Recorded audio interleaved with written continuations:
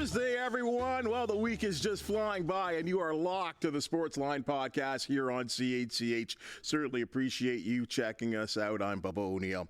Well, our regulars know this to be true. The Golden Horseshoe, gold for high-level athletes, coaches, executives, and broadcasters. And today, we speak to a fella that's homegrown through and through. For over 2 decades, this football fanatic has grown to be one of the most recognized and respected media members in the country. From good old M.M. Robinson High School in Burlington, Gareth Wheeler has parlayed his on-screen dream at TSN Radio, Sun TV, and Cogeco to broadcasting and analyzing the sport he is the most passionate about on the OneSoccer network in this country. You know what? To be honest, just talking about this fella gives me all the feels because he's such a solid dude. Gareth Wheeler, great to have you on the Sportsline Podcast, my man. Good to see you, my guy. Bubba is my guy. Like some people in this industry say, oh, that's my guy, or that Bubba is my guy. Yeah, I appreciate that, partner. Hey, you know, it's great. It's great to have you. And it's great to, you know, kind of question you on what we're going to spend the most of this podcast talking about. But I got to tell you, my man, Euro, Copa, CPL, and now the beginning of the Prem, like, your sport is hot right now. It doesn't stop. It's like it's too hot to handle, too cold to hold. Like it's been relentless in our country. It's been a roller coaster ride. Let's put it that way. For all the success stories, there's things like look above, like drones overhead. Like it doesn't stop. It's relentless. I love it. This is what my passion is. There's so many people in our country where soccer is their first sport of choice, and they haven't had the outlet or the means for it to be part of their daily thing when it comes to being in this country. But that's slowly changing, and it's a whole lot of fun to be a part of that. The best part about this for me, and I'm finding this out as well, too, I know the last time we talked, probably about 6 months ago on the podcast, you know, there was some, I don't know, shakiness between what was going on between the CPL, a league that we follow here in the Golden Horseshoe, obviously with Forge FC, the four-time champions, and the fact that, you know, there was some things going on with OneSoccer, but we're glad to know that OneSoccer is going to be here for a real long time, and you're going to be a part of it. Fingers crossed that's the plan. I mean, this is part of the commitment to build out the game, provide opportunity, and to provide coverage for Canadians across the board. And the Canadian Premier League, we're 6 years into it right now, just, you know, hitting the business end of our 6th season, covering that league, expanded Canadian Championship, more profile for the Canadian national teams and Canadian players playing abroad. So I can only see OneSoccer going in one direction, that is being extremely ambitious and keep on building out from here. So obviously, when you launch any new venture, especially in the Canadian market, it comes with challenges. Nothing's going to be linear, right? So this is just part of the process, but there's a whole lot of people that are committed to doing the best job that we possibly can for the audience out there, and that's what we're striving to continue to do. You know what? So let's talk about something that went down earlier this week. Toronto FC in the semifinal second leg defeat Forge FC 1-0 on this amazing 2-leg journey. Toronto QEW rivalry, if you want to call it. It is TFC that advance on the one road goal. I'm not going to be a homer here. I would say that Toronto FC were by far the most dominant team in that second leg. They proved their quality and value. They proved it. They deserved to go ahead. Your thoughts? Yeah, in the second leg, there's no question that Toronto FC were the better side. But in the first leg, if we remember, it just happened to happen a month and a half ago, just based upon the scheduling conflicts. Forge was by far the better team that night as well, and actually got unlucky conceding the away goal in the first leg when there seemed to be a foul on the play. But, I mean, Forge held their own in this. There was only one goal. Yes, Toronto FC could have had more, but this is kind of been the book on TFC all season. They really have a problem putting the ball into the back of the net. They don't have that pronounced number 9. Look at this miss right here. Crazy. Prince Owusu, more like Popper, not the Prince. Just like, I have no idea how he missed that. And Forge did enough to hang around. I'd feel a little bit aggrieved if I was Forge. There was a potential penalty not given in the second half when Bernadeschi was the best player on the field on the night. I mean, I feel aggrieved based upon that. And Bobby Smirniota said it post-match as well. Like, if the away goal rule wasn't in play, then we would have been seeing potential penalties at BMO Field. Like, it was 2-2 on aggregate. CONCACAF, our region, is the only one that still hasn't gotten rid of the away goals rule, where when it's essentially a tie game, the side that scores an away goal gets more. Like, that would have been extremely dramatic to watch if it was 2-2 down the stretch and next goal wins. Instead, it just played to Toronto FC's advantage based on the away goal rule. Like, UEFA's got rid of it. Everyone's got rid of it but CONCACAF. So, structurally speaking, yeah, Forge lost on the night. They lose the tie. But, I mean, for me, they leave with their heads held high. They played really well against a team that is the highest payroll in all of Major League Soccer and is expected to win games like that. You know, you're right about the road goal thing. I think, especially in North America, where people are still really kind of still learning the sport, I think there is some complications for people to understand what the road goal actually means. And I know that a lot of people don't like shootouts. I actually love them, quite honestly, because to me, it's like a fight in hockey. Yeah, I'm standing on my feet watching it, and it's exciting. Yeah, I think you're right. I think the people that were there, the audience on OneSoccer, would have loved this to be decided on a penalty shootout between two teams that were playing a real heated match. Or even beyond that, just by the end of the game, like, Toronto FC knew their position once they scored that goal, that don't concede and they move on. But the tie was 2-2, right? Like, I would have loved to have seen what it looked like if they struggled to put the ball in the back of the net. They were forced to push late, and what Forge could have had up their sleeve. I just thought that the spectacle could have been even better if the away goals rule wasn't in play. I'm going to say this with all honesty. I think Federico Bernardeschi, I think he was the best player on the pitch all night long. He just kept coming. And I'll tell you, he must have went back to the dressing room, and as you well know, it was a heater that night. Like, he must have just dropped. But the shoulder tackle, and I'll call it a shoulder tackle on Daniel Parra, it seemed off to me. I know we don't want to be giving free kicks or penalty PKs like they're just like cookies, but to me that was a foul. Do you not agree? I agree. By the way, our own pitch side reporter, Oliver Platt, said that by the end of the game in stoppage time, Bernardeschi was asking, how much time left? How much time left? Because he left it all at the field. Like, that was true leadership. Bernardeschi was outstanding, putting his team on his back at times and really propelling them to victory. But he was part of one of the most controversial moments of the night. For me, that's a penalty. He makes up a lot of ground and tries to hustle to get back as Parra is sent down that left side, really with a ton of space inside the 18-yard box. He came through and used his shoulder to knock down the player. Now, by the laws of the game, you can go shoulder to shoulder with a player, and if the player goes down, that's a fair challenge. But you're going to see here, I don't think that this challenge whatsoever is shoulder to shoulder. Look at this. Full credit to Bernardeschi getting back and working hard to get his feet, but, like, that's a shoulder in the back.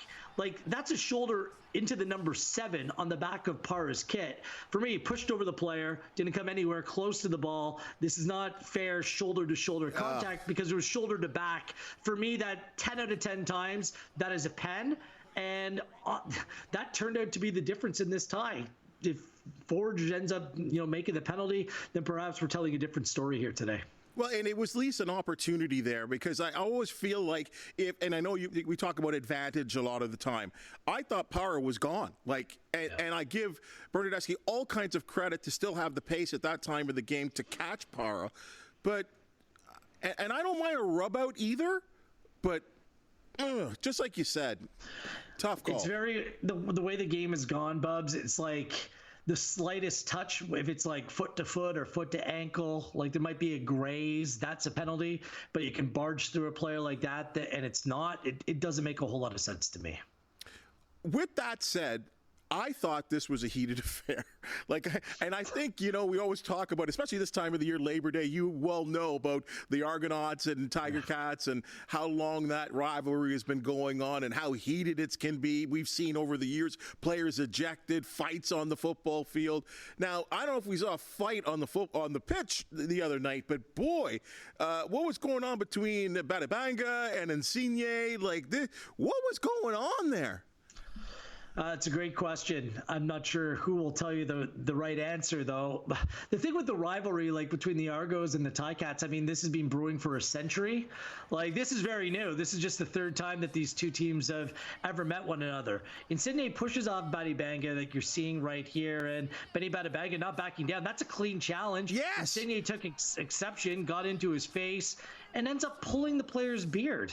I'm trying to come up with a reference point for another player pulling another player's beard. I'm sure it's being done, but it's just such a sign of disrespect. And for a player like Lorenzo Insigne, who used to be the captain of Napoli, has won a European championship, comes with reputation, and was a presumed leader, it was petulance through the night. It wasn't just that, Bubs. Like, all night long, he was in a verbal fight or match with the bench. He was making lewd gestures and remarks throughout that game. It all happened and started in the first leg, and Insigne pretended to throw the ball at Badibanga after the two players came together, and Badibanga's like, I'm not backing down to you. And I think that Insigne took exception to that. Herdman post-game said that there was something that happened after the match between those two. But Herdman already used that card when his team played New York City FC, and he accused the manager of another team of going after and punching one of his players. And that proved to be, well, I don't know if it wasn't true or you couldn't prove it. Anyways, it's just, you can only cry wolf so many times. I just expect more from top players. He makes $15 million a year. And he's allowing Benny Badibanga, who's a really good player, by the way, but he's allowing him and Forge to get under his skin. I don't even think that that's passion. I think it's petulance. If you want to talk leadership and fire and wanting to win, let's talk about Federico Bernardeschi and the way that he played the game. That, for me, is true leadership, and that's what pride is all about. This is just selfish petulance for me. I might be on an island on this one, but there's no doubt about it.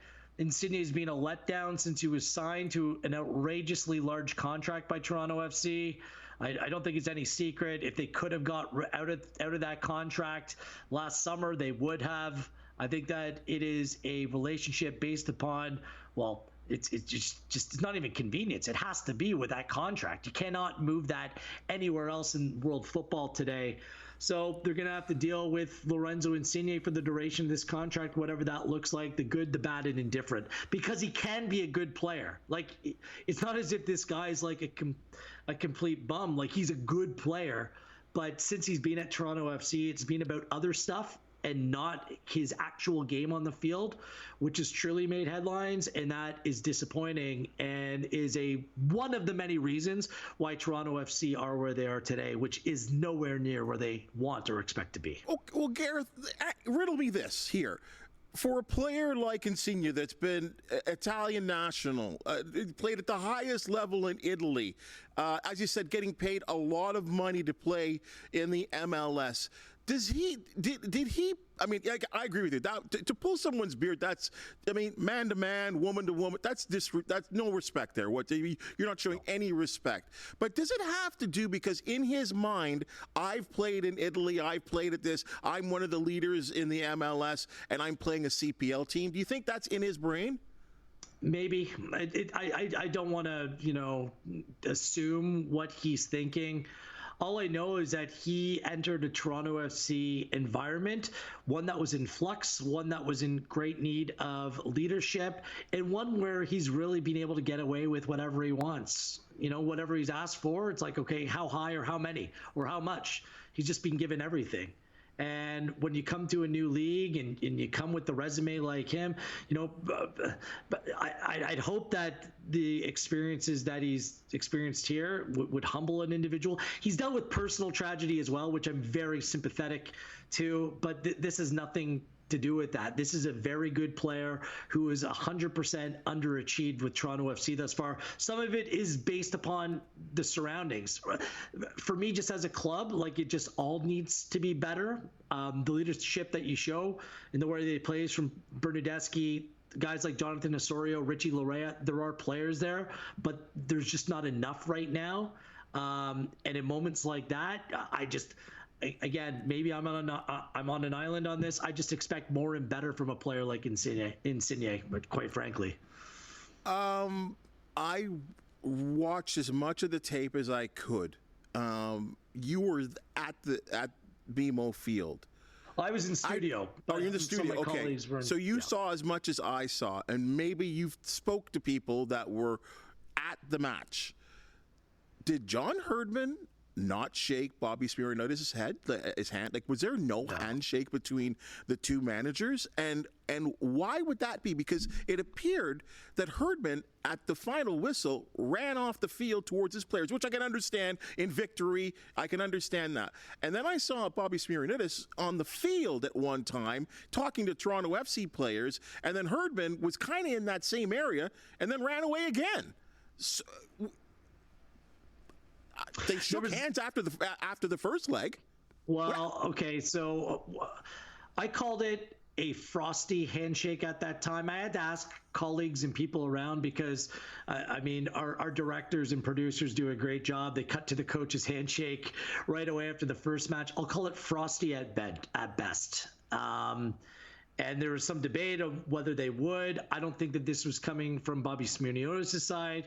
I think it was John Herdman's side. Fast forward to this week.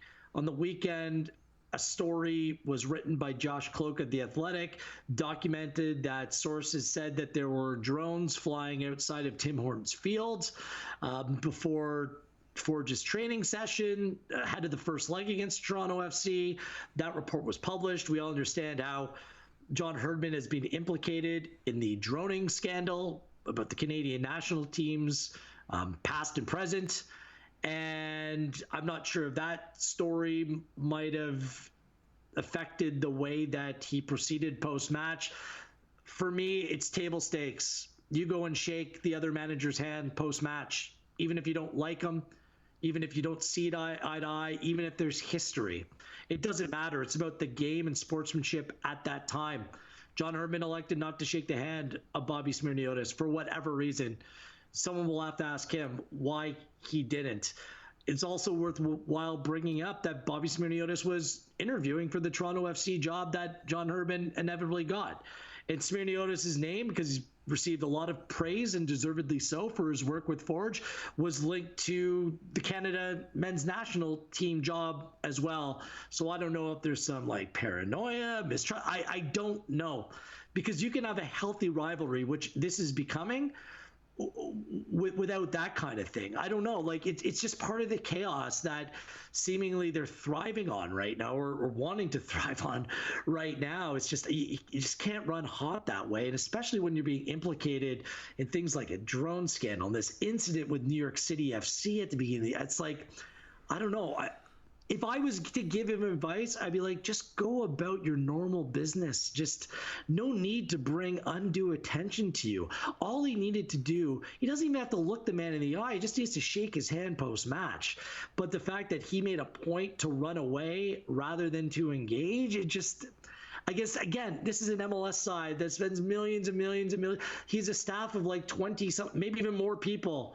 You know, the resources that he get, like, this is a Canadian championship, like against. I don't really understand it, Bubs. To be honest with you, like, you know, Herdman has achieved so much in the sport in this country as well. Like, I would like to think that he's better than that. Like, in everything that he's gone through, he got called out by the Croatia coach at the World Cup. It's like these sorts of things keep on happening, and I really can't explain why. And you're talking about a guy that had.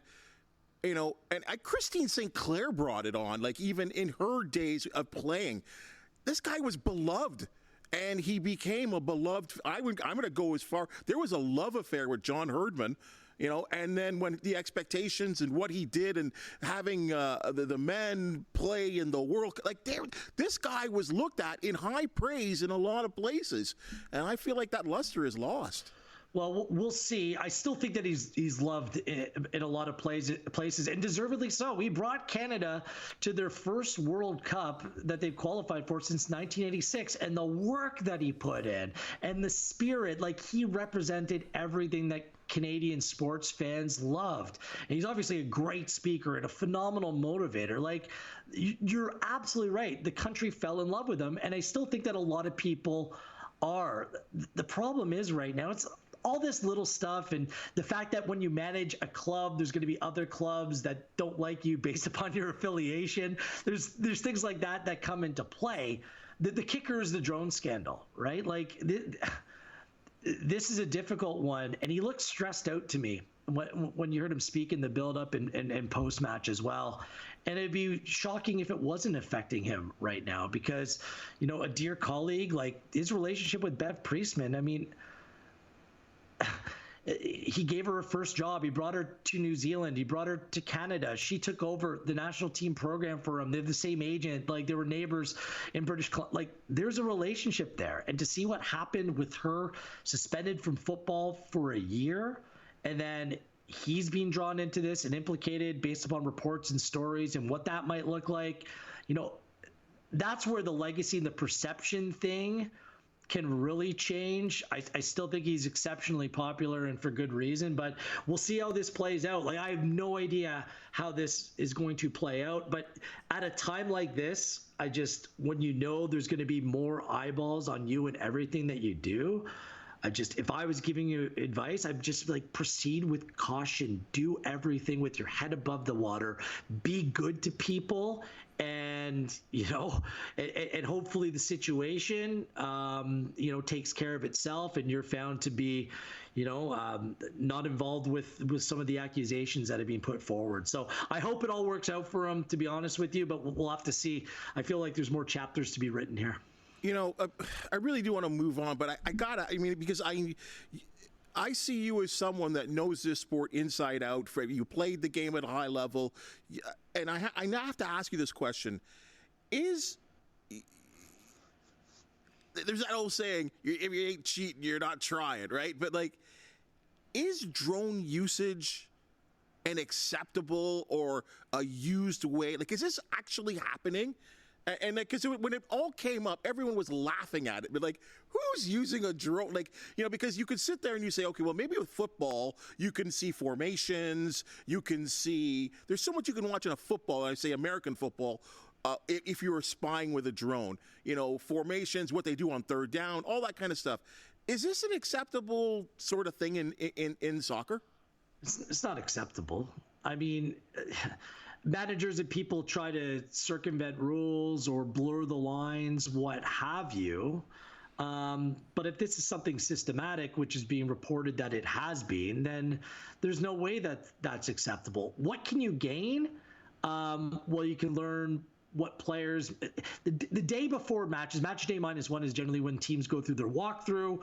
They'll put out, not every coach, but they'll put out their starting 11. They'll go through certain movements. There'll be a shadow team that will play to the tendency of the players that they're marking, just to try to replicate those moments. And understanding who might be in that 11 and what that may look like, it's like the extra 1%, right? And I think for managers that are either obsessive or that diligent, or maybe a little bit paranoid, that you might want to see how far that you can push it.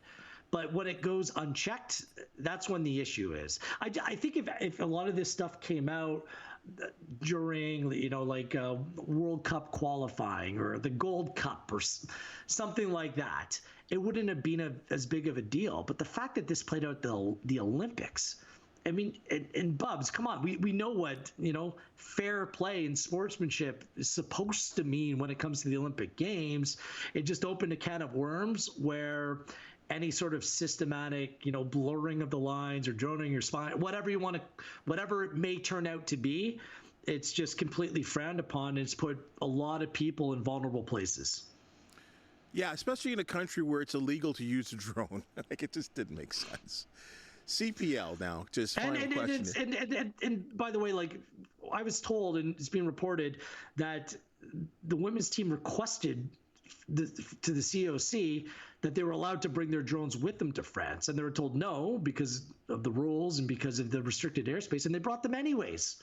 It's not just drone gate, it's stupid gate. Like it was just so stupid and brazen to think that you can do this. Like that's what's got to be frustrating for a lot of people involved. Their hearts may be in the right place, and maybe it just got a little bit too comfortable. But come on, you just went too far. And we're Canadians. We don't cheat. Yeah. Wink, wink, nudge, nudge. CPL now. Forge in the driver's seat for another title. It's 2 weeks ago, I would have said absolutely, 100%. One thing that has happened is they sold their top striker in Kwesi Poku. And the young man is at a breakout campaign with two strikers going down through injury. Poku was moved from playing on the left side to playing up top, and he was a revelation. He was instinctual, he was quick, he was direct, he played behind the lines. It was a natural. And 2 weeks ago, he was just sold on to a club in Belgium in order for him to take the next steps in his career. That leaves two veteran, really good players in their day, in Campbell and Hamilton as your striker options. No player has scored more goals in Canadian Premier League history than Campbell, but he hasn't been fit. He's just played 6 games, hasn't scored in the season. Jordan Hamilton played against TFC, looked to step off it. He's only scored once this season.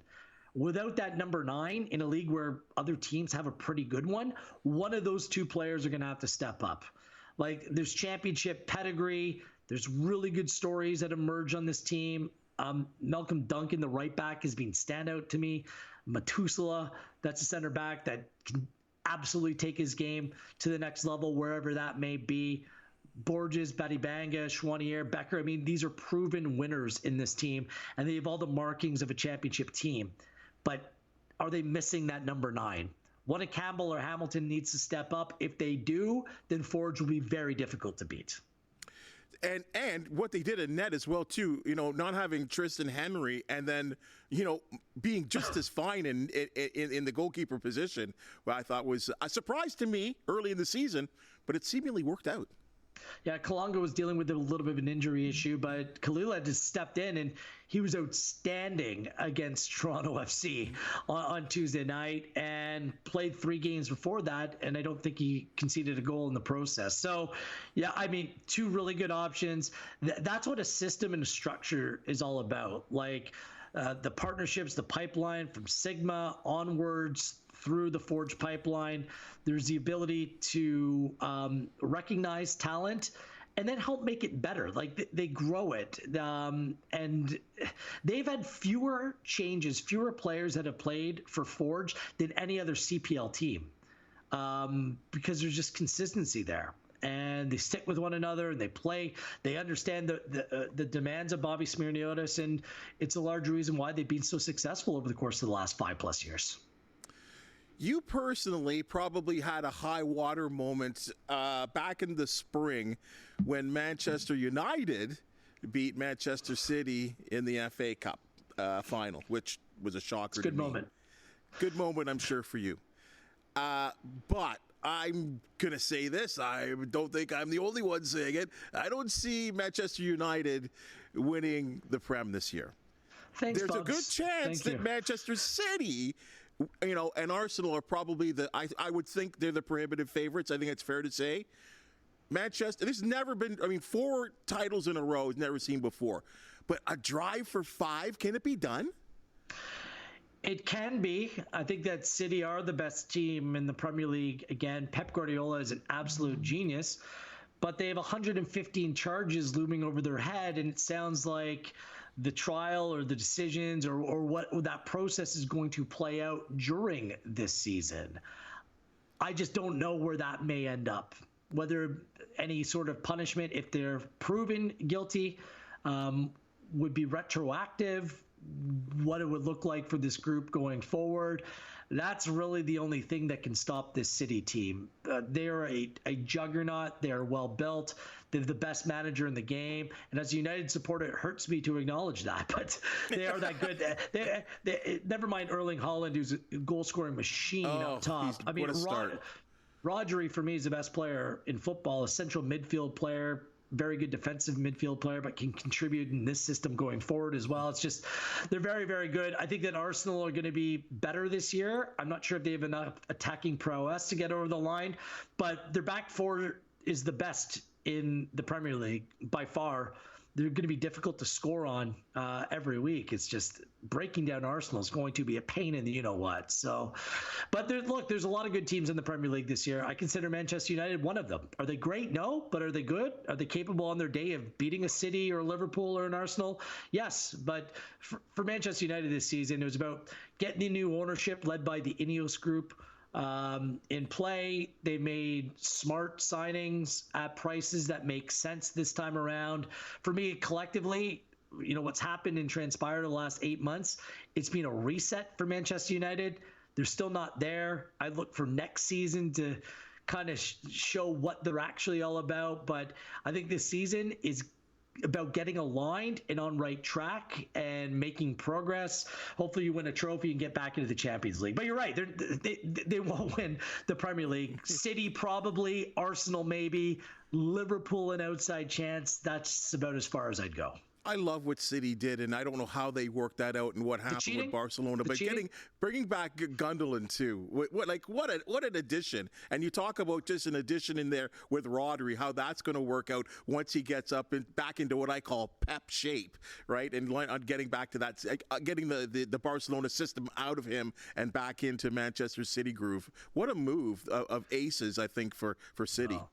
Taking advantage of the incompetence of Barcelona. They're the Spanish Chelsea. Just like, what are they doing? They can't get players registered. They can't afford them. It's like, it's crazy. They basically gifted Ilkay Gundogan back to Manchester City. So the strong get stronger. The City players largely are likable. That pains me as a United supporter. They're very good. It's just what the club has done to get to this point, whether they cheated and how they breached protocol like that. That's the thing. That's the problem. It's not the players. It's not the manager. It's the process. So we'll see how that plays out. Yeah, there's cheating everywhere. Let's be honest, right? What Newcastle didn't cheat, or they Newcastle got slapped on the hand a little bit there too. But anyway, we could go on and on about that too. I mean, and the Ten Hag, if he's supposed to be the guy, and we could go on, and maybe that's set for another podcast. But I've really enjoyed this. I'll tell you, talking to you, Gareth, about this sport in particular, and knowing how much it's a passion for you. It's always a pleasure for me, and your expertise is amazing. And to be able to talk about the Forge and TFC, I guess we're going to call it a rivalry now. That's been a real treat for me. Thanks for joining us, partner. Yeah, what's going to be the Forge equivalent of Oski Wee Wee? I'm not sure what that is. So Labor Day games, TFC, Forge, to make it a Labor Day weekend doubleheader. Sign me up for that. So let's hope that this grows into something special as well. Enjoy the Labor Day Classic, Bubs. Should be a lot of fun.